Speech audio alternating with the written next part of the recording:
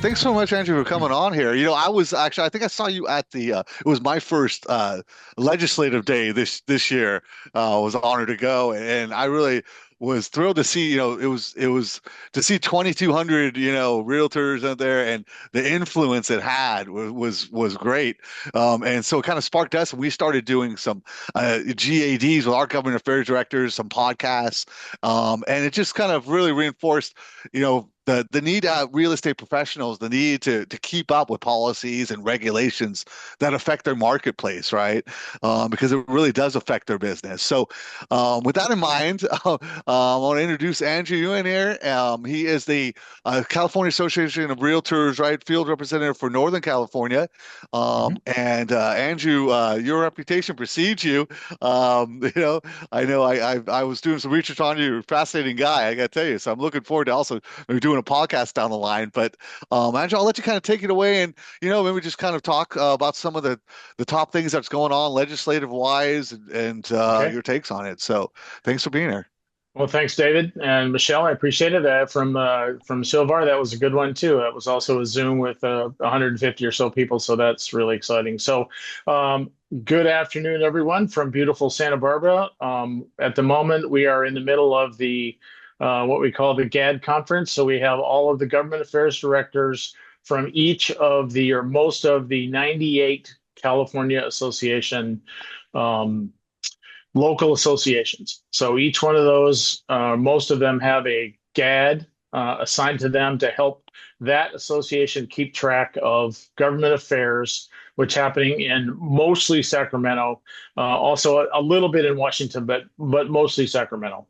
My job is the field representative for Northern California, so I go from Monterey to Crescent City, all the Bay Area counties, all the coastal counties in Northern California, which I am very thrilled about because I'm from Millbrae, California, the peninsula right across, literally across the 101 freeway from the airport. So I grew up in a very nice environment. My job is to pass on and answer as much legislative information as I can to the local association. My job is not to advise individual realtors on transactions. I am not a realtor. I'm not an attorney.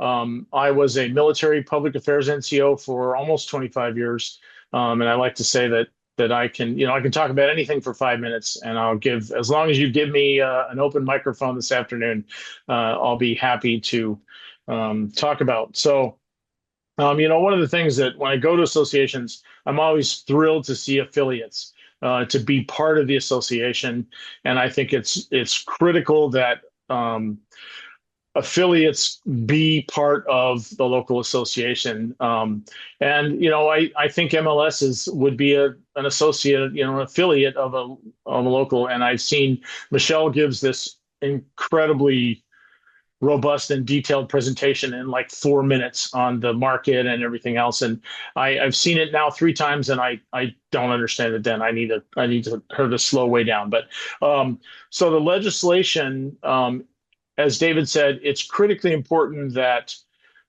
realtors understand. And when I go to new member orientations, I tell them, welcome to your new political career. Because as realtors, you're up to your neck in politics. They just don't know it yet. And there has to be a shift. Even seasoned realtors, and I see Dave Ziegler on the call here from San Mateo. Seasoned realtors, even now, don't understand often that they are in the political arena. Um, the most dedicated realtors belong to their local government relations committee. They're involved. Dave went to Ledge Day. It was also my first Ledge Day. I've only been on the job less than a year. But Ledge Day, to have 2,200, 2,300 realtors show up in Sacramento in your purple with your badges and being professional realtors, legislators, they understand it. They say they're welcome, that we are welcome there, but they kind of don't have a choice. What's interesting is when realtors show up at a city council meeting, as they did in Foster City last night, to repeal and to head off city legislation, because I know it's a cliche, but all politics is local, right? So Foster City tried to do some things, and Sam Carr, the San Mateo County Association of Realtors was able to show up. Aileen, their president, was able to show up and make a presentation and was actually called back up to answer specific questions. So, and if they're not versed in their messaging and their ideas on how legislation can affect real estate transactions, cities, counties, states, and federal will enact that action without them and ending up hurting home sales property rights. So that's what CAR does. We have 183 people who have one job, and that's try to help realtors sell more houses. And we do it in a lot of ways. We have legal support. I work in the government affairs department, and we have 6 lobbyists who are responsible for currently, and we're already a third of the way through the session, there are 900 pieces of legislation still pending that have to do with real estate property rights. 900 bills. Now, most of them will go away, but our lobby team is responsible to read every word of every line of every bill and understand it. And if there's anything that's deleterious to real estate or property rights, they have to address it.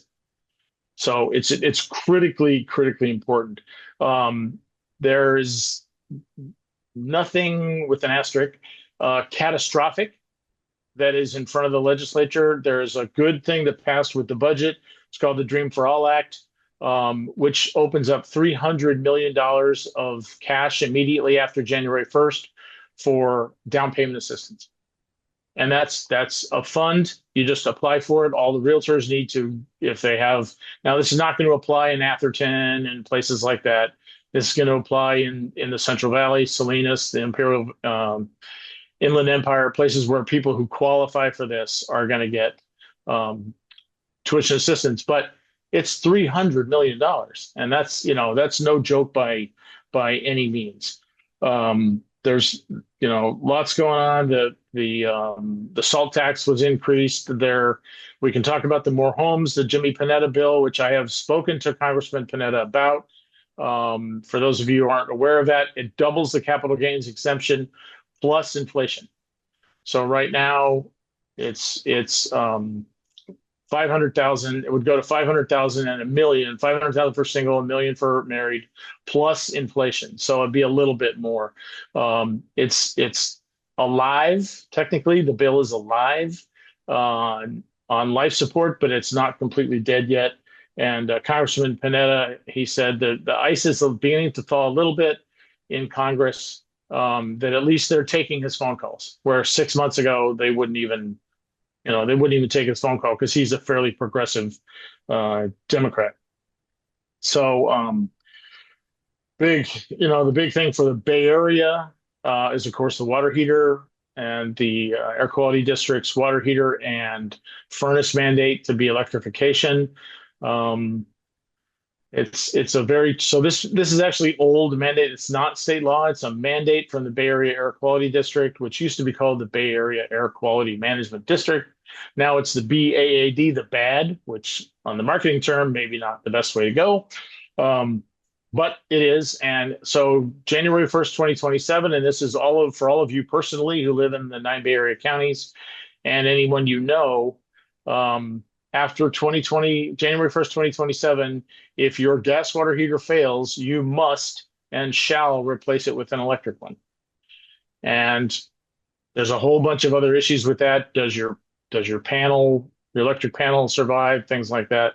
2029 is furnaces, and this includes tankless water heaters. So if you have a gas tankless water heater and it fails, you must replace it with electric.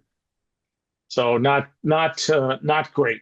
But that is something. There is a movement from some of the GADs to try to get that repealed or at least pushed back, but it's not going to get any cheaper. And if it gets pushed back 3 years, it's just going to be more expensive, and it's going to happen anyway. Because in reality, the Air Board are appointed. They are elected to other offices. So county supervisors, mayors, things like that. There are a couple of appointees, but their ego will not allow them to just say, "Oh, sorry, our bad. We're just going to not do this." That the reality, political reality is that's not going to happen. So we may get a little bit of movement on it, but so keep your fingers crossed. Um, so a lot of really, like I said, legislative is back in session where we had a chance to catch our breath. Um, and so that's where we're at the moment. I have lots of, things on ethics and things like that, but that's not for this group. But there are, several hundred realtors, new realtors a month coming into the field. I go do new member orientations from anywhere from 5 to 100. And realtors don't really retire. So they're bringing more and more into the market all the time. And the interesting thing about realtors is that they're all competitors, right? You're all for the realtors on the call. You're all 1099 employees. You're all vying to sell the same houses. But there's also a very high level of cooperation within the associations. There's mentoring programs. I went to the Sam Carr barbecue, and there were about 300 people all enjoying each other's company, enjoying talking about deals that they were doing. What can I do to help? So it's very encouraging out there, and I see a lot of, like I said, from Monterey to Crescent City, from big city San Francisco to the uh, rural markets, the marketing meetings. They support each other. They go out to marketing meetings. Um, the MLS groups, I've seen lots of presentations from MLS who've been very helpful and always open to answer questions. So the spirit of cooperation is there. I think the market CAR is projecting we're a tiny little bit of increase this year. I don't have the statistics right in front of me, but we're projecting a little bit of increase, but a little bit is better than negative, right? I mean, if your head's above water, is better than being underwater. So, but yeah, it's. I think the overall market is pretty competitive, of course, but it's also very positive. 6% interest rates doesn't seem to be slowing anybody down. The mortgage brokers are busy; they're selling houses, and in Santa Clara County, they're if you those of you who go to they're a really interesting marketing meeting in Willow Glen. They'll often say, I got 200,000 over asking on the first weekend, 15-day close. But that's Silicon Valley. It's a little different. They can just sell some stock and buy a house, which of course the rest of the state can't do, and the rest of the nation, of course. Um, so there's a lot of things. Andrew, if I could just ask Yep, a question for you. Yeah, one thing, we saw it in like Half Moon Bay and Foster City, and of course, rent control is always seems like every year, we always got zombie bills that come back. It was just the 30-year, right? Costa Hawkins right. anniversary.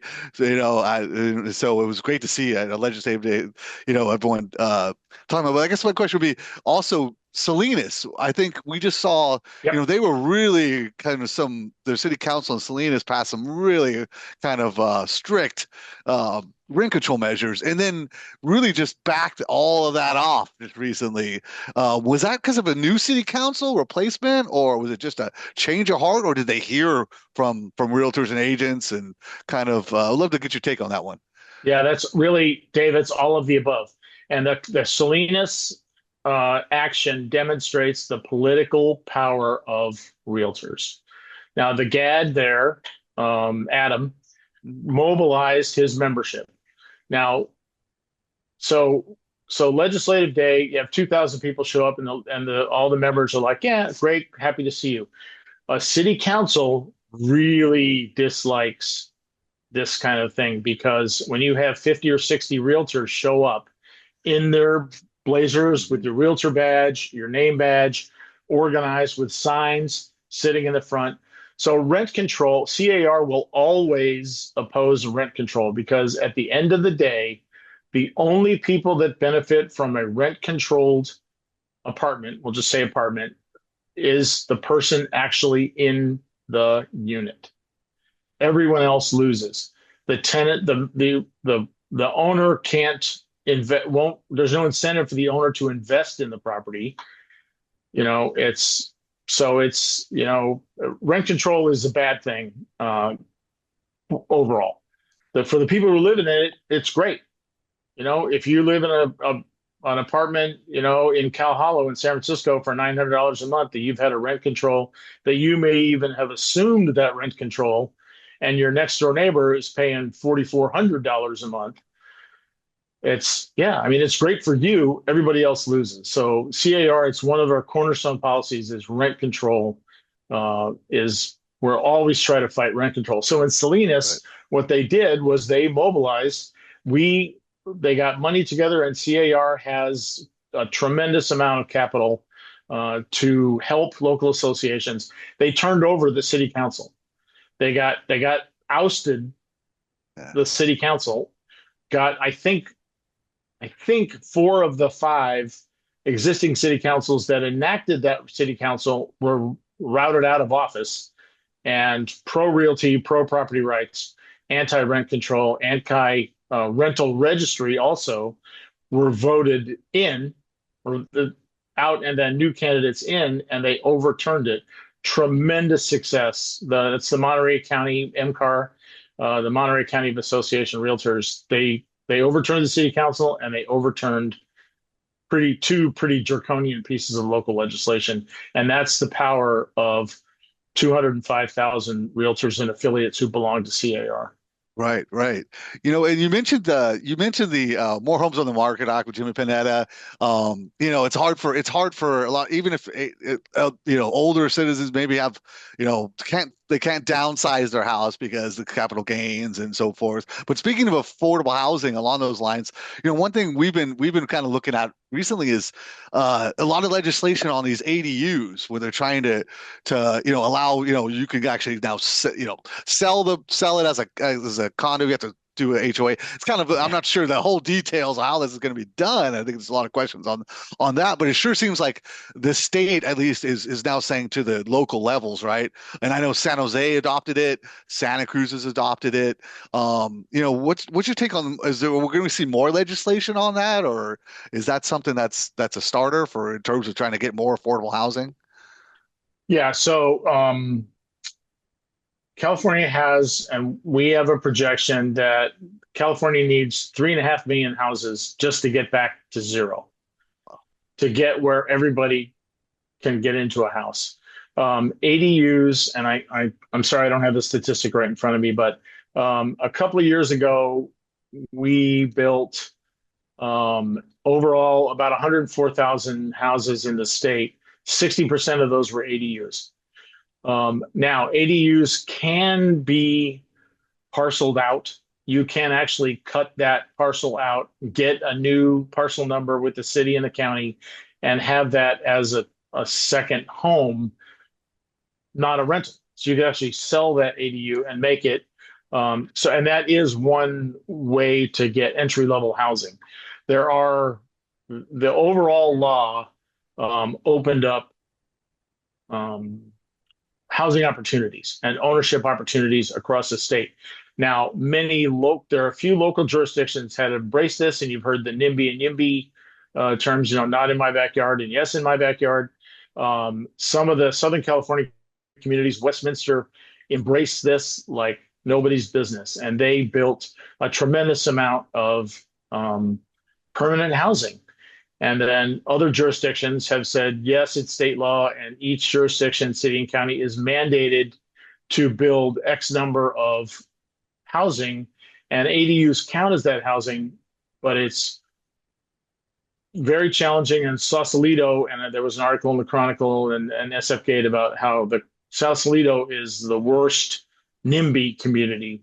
But also the reality is Sausalito, I mean, it's built on the hill, right? If you've ever been to Sausalito, it's like this and most of it. And to put an ADU in a house in Sausalito would be incredibly challenging and expensive build. And the fire danger, and we can talk about fire all day too, the fire danger of putting another 30%, 40% small housing in Sausalito is an invitation for disaster, in my opinion. Yeah, but so ADUs are a really interesting opportunity, not only for generational housing, but to build generational wealth.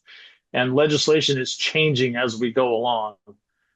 Right now, it's very ADU friendly. If you want to, your local city Zoning boards are supposed to allow it because each jurisdiction is required to build X number of houses each year.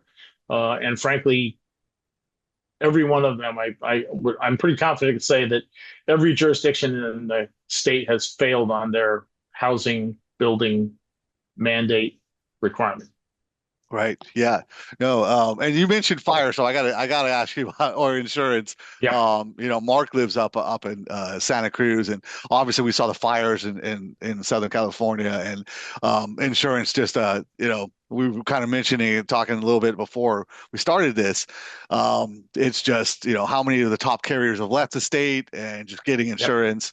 Can you speak a little bit more about what's going on and maybe any kind of legislation to deal with this problem or the current insurance commissioner Ricardo Lara and his plan or Okay. I was just at an insurance symposium last Tuesday, and I want to be completely honest with everybody on this call that for the next 2 years at least, nothing is going to happen. Nothing can be done. Um, there's a lot of reasons for it, but we live in an incredibly dangerous state for wildfires. I think that if you were sitting, and I just drove through Malibu yesterday, where, if you watch Two and a Half Men, right, where Charlie lived in that row of Malibu houses, they're gone. And if you could imagine, if you lived in that house, like I don't live anywhere near wildfire, there shouldn't any. This house is five, excuse me, is 5 feet from the Pacific Ocean, and it should not burn down. And there are 60 houses literally on the Pacific Ocean that are gone. And in LA County, there have been, I think, 124 building permits issued after the Palisades fire and Altadena. And one of the saddest, luckily there was not a real loss of life in the fires. 250 houses in Altadena burned because they had no insurance because they couldn't afford it. So the reality is that there's nothing that can be done. The good news is that CAR is working very closely with the Department of Insurance. We meet with the commissioner once a week. Our CEO or president meets with him either virtually or in person once a week. The situation is affordability and availability. So the commissioner basically gave up last year and said, okay, we're going to kind of soft deregulate the insurance industry and let anyone who wants to issue insurance policies in California, if they want to assume that risk, go ahead. It used to be you had to be qualified, you had to have all of this, where the insurance commissioner said, we understand. Pretty much anybody who has a business license and can prove that they have the assets to cover is able to write policies. Now, are they horrifically expensive? Absolutely. Are the big carriers, they're saying, State Farm, farmers have said, you know what, we just can't do it. Now, there is a movement, and there's not legislation yet to say that, okay, well, if you're not going to write homeowners policies, then why should we let you write automobile policies or life insurance policy? But yeah, the reality is that we're stuck. And this goes, and I talked about just before the call on the Cal Fire maps. If you've looked at the Cal Fire maps, they are tremendous product. Sometimes government programs work really well. And in this one too, the Cal Fire maps are street level detail of high, very high, no fire there. And so I was presenting these maps, and when I would go to these counties and say, hey, this is there. And then I had an insurance broker come up to me afterwards in Napa and say, okay, these Cal Fire maps are great, but the insurance companies have their own maps and their own algorithms. So you can use, as a realtor, you can use the Cal Fire map as a guideline, but the insurance company they don't use the Cal Fire maps. Gotcha. Which is sad. The insurance companies are being allowed to use projected modeling and algorithms. It used to be based on history, right? Did your house at, 272 La Cruz Avenue in Pacific Palisades ever burn down? No. Well, okay. Does that mean historically just because it never has, it never will? Or you do? and they project it out. And so, and we're at the mercy, unfortunately, of the insurance companies, but we're not taking it lying down. We're working hard with it. Um, I think the reality is, I think insurance costs are impossible to legislate. It just the target moves too quickly. Make sure to check out our pro support page for additional videos on a full range of topics. And don't forget to click that subscribe button on our MLS Listings YouTube page.